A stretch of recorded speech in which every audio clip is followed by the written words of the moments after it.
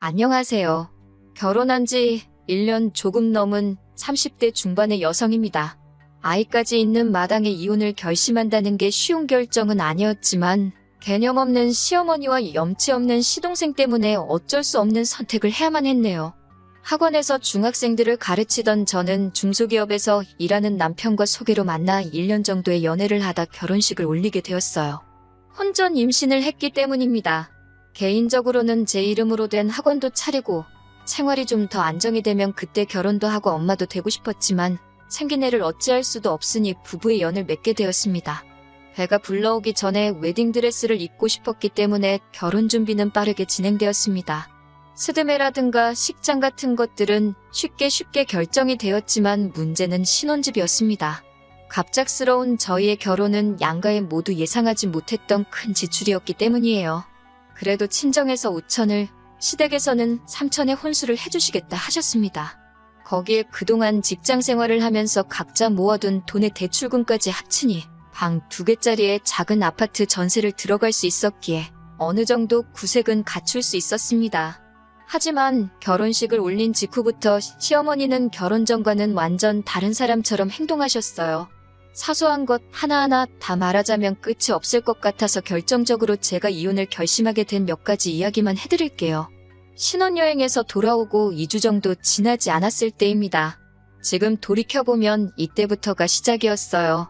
얼마나 서러웠는지 지금도 정확히 날짜랑 시간까지 기억이 나네요. 토요일 오후 4시 무렵이었는데 남편이 시어머니와 같이 집에 들어오더라고요. 학원 보충 수업을 마치고 집에 돌아와 편한 복장을 하고 쉬고 있었던 저에게 갑작스러운 시어머니의 방문은 반갑기만 한 것은 아니었습니다. 게다가 시어머니도 남편도 표정이 좋지가 않았고요. 무슨 안 좋은 일이 있었나 보다 싶어서 저도 덩달아 눈치만 보고 있었습니다. 커피라도 한 잔 타드릴 거냐고 여쭤보니 이 시간에 커피 먹고 밤새 뜬 눈으로 있으라는 거냐며 짜증스럽게 대답을 하시길래 그냥 물 한 잔 드렸습니다. 시어머니는 한동안 말없이 계시더니 저더러 며느리 돌이라고 들어본 적 있냐고 물으시더군요. 시어머니께서 며느리 돌이에 대해 이야기하신 건 이때가 처음이 아니었기에 왜 또 그러시나 싶었습니다. 시어머니의 의중을 알 수 없어 가만히 있었더니 당신이 사람을 잘못 봤다며 며느리로선 아주 빵점이라고 그러시는 거예요. 황당하고 어이가 없어서 제가 무슨 실수라도 했냐고 여쭤봤습니다. 남편은 시어머니가 무슨 말씀을 하고 싶어 하는지 아는 눈치였지만 딱히 저를 도와줄 생각은 없어 보이더군요. 시어머니는 다시 저를 노려보시더니 멀쩡하기만 하고만 이렇게 늘어져 있으려고 안 온다고 한 거냐고 사부치셨습니다. 그제서야 시어머니가 왜 언짢으신 건지 짐작이 가더라고요. 신혼여행에서 돌아오자마자 바로 시댁에 들려 인사를 드렸는데 그날은 어버이날 3일 전이었어요.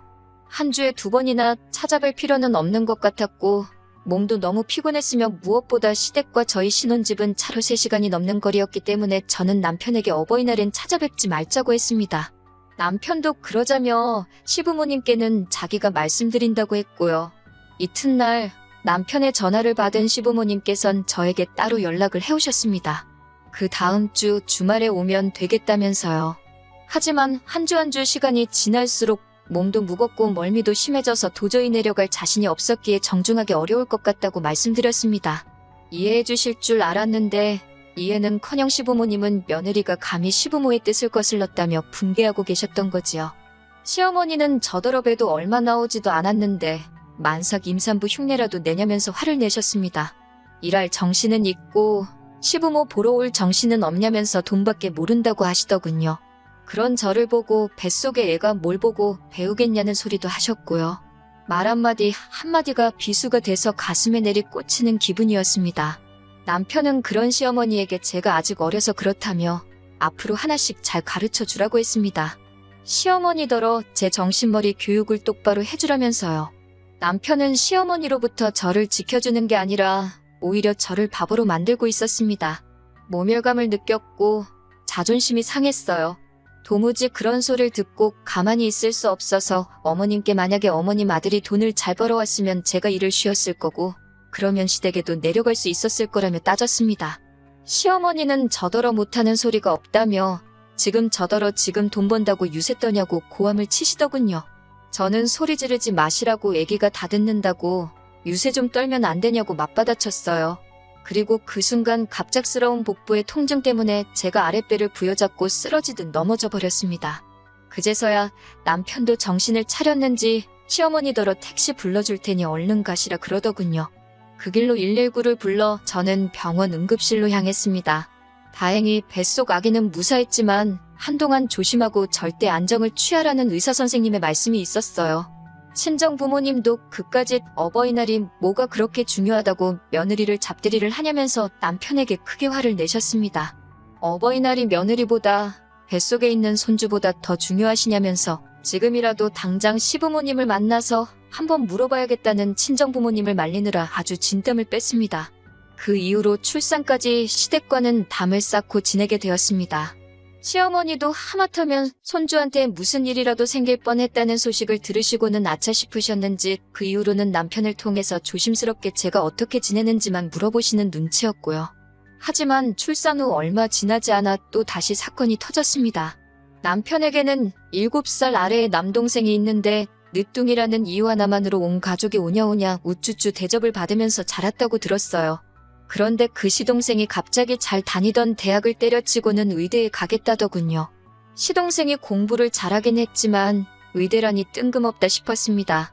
제 알바가 아니긴 했지만 시댁이 시동생의 수험생활과 학비를 지원해줄 만한 경제력이 있는지도 의문스러웠고요.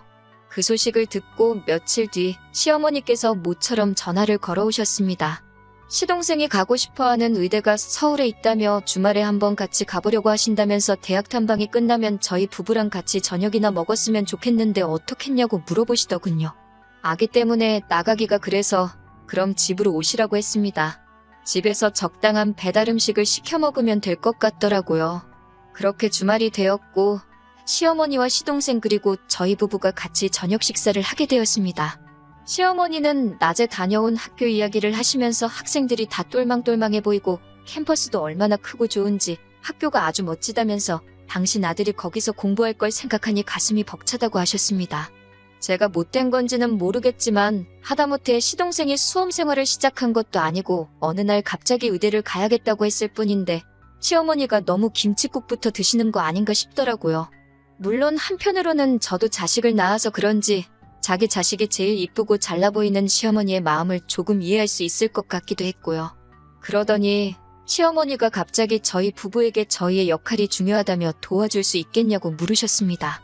시동생이 수험 생활을 노량진에서 하고 싶어 하는데 자취방 구하기가 쉽지 않다면서 딱 2달만 데리고 있어달라고 하시더군요. 2달 안에 방을 구해서 내보낼 거라며 더도 말고 덜도 말고 딱 2달만 데리고 있으라고요. 차라리 뭐 반년이라던가 수험기간이라고 하면 너무 길다는 핑계로 안 된다고 손살이라도 쳐볼 텐데 2달이라고 사정을 하시니 안 된다 소리가 쉽게 안 나오더라고요. 시동생은 자기는 새벽에 학원 가고 학원 끝나면 집에 와서 잠만 잘 거라며 2달만 신세 좀 지자고 하더라고요. 남편은 제 눈치만 살살 보고 있을 뿐 아무 말도 없었고요. 저는 시어머니께 2달이라고 정말 딱 2달이라고 몇 번을 확인했습니다. 시어머니도 걱정 말라고 당신은 약속한 일은 하늘이 두 쪽 나도 지킨다고 하셨기에 그 말을 믿었습니다. 남편마저 그럴 리 없지만 자기 어머니가 약속을 안 지키면 자기가 시동생 멱살을 잡아서라도 밖으로 던져버릴 테니 한 번만 도와달라고 하더군요. 그렇게 며칠 뒤 시동생이 자기 짐을 바리바리 싸들고 저희 집으로 올라왔습니다. 수험 생활하러 온 사람치고는 옷하고 신발이 참 많더라고요. 저도 학원에서 수험생을 가르쳐봤기 때문에 솔직히 학생의 자세나 태도를 보면 어느 정도 하겠구나 파악이 되거든요. 그런데 시동생은 제 경험에 의했을 때 절대 결과가 좋을 것 같지 않았습니다. 아니나 다를까 얼마간 지켜보니까 공부는 뒷전이었고 여자들을 만나러 다니는 것 같았습니다. 하지만 남편도 가만히 있는데 다 큰 시동생한테 이래라 저래라 하고 싶지도 않고 간섭한다 소리도 듣기 싫어서 모르는 척 해줬습니다. 약속한 대로 2달만 지나면 나갈 텐데 뭐하러 큰 소리를 내고 문제를 일으키겠어요. 무엇보다 제 딸 하나 돌보고 키우는 것도 일이었으니까요. 그런데 한 달 정도 지나서는 만나던 여자랑 잘 안 된 건지 갑자기 이제 마음 잡고 공부를 하겠다고 했습니다. 늦게라도 정신을 차려서 다행이다 싶기는 했는데 문제는 시동생의 학원은 집중이 안 된다며 집에서 공부를 해야겠다는 거예요. 그로 인해 남편 출근하고 나면 집에는 저랑 딸애 그리고 시동생 이렇게 셋만 남게 되었고요. 그 상황이 얼마나 불편하고 어색한지 겪어보지 않은 사람은 모를 거예요. 일단 옷 하나를 입어도 편하게 입을 수가 없었고 생리현상을 해결하는 것도 불편했어요. 특히 화장실 문제는 그 중에서도 가장 큰 골칫거리 중 하나였어요. 집이 작아서 화장실이 하나뿐이었는데 시동생은 남편과는 달리 청결과는 거리가 먼 사람이었습니다. 물도 잘 안 내리고 휴지도 아무데나 버리고 뭐라고 하면 깜빡했다며 실실 웃어넘기기 일쑤였습니다. 남편한테 한 소리 하라고 하면 늘 뒤치다꺼리를 가족들이 해버릇 해줘서 그렇다며 저더러 조금만 참아달라고 하더군요. 2달 금방 간다면서요. 시동생은 또 야식을 그렇게 좋아하는 사람이었는데 야식은 항상 라면이었습니다. 라면만 먹고 끝나는 게 아니라 찬밥도 한 그릇씩 꼭 말아먹었어요. 툭하면 딸애가 잠들 시간에 부엌에서 달그락거리며 라면을 끓여대는 것도 열받아 죽겠는데 형수 찬밥 없냐고 불쑥불쑥 안방문을 열고 물어봐대니 정말 패주고 싶었습니다. 결국 제발 저를 귀찮게 좀 하지 말라는 뜻으로 일부러 찬밥을 만들어서 냉장고에 넣어놓기 시작했습니다.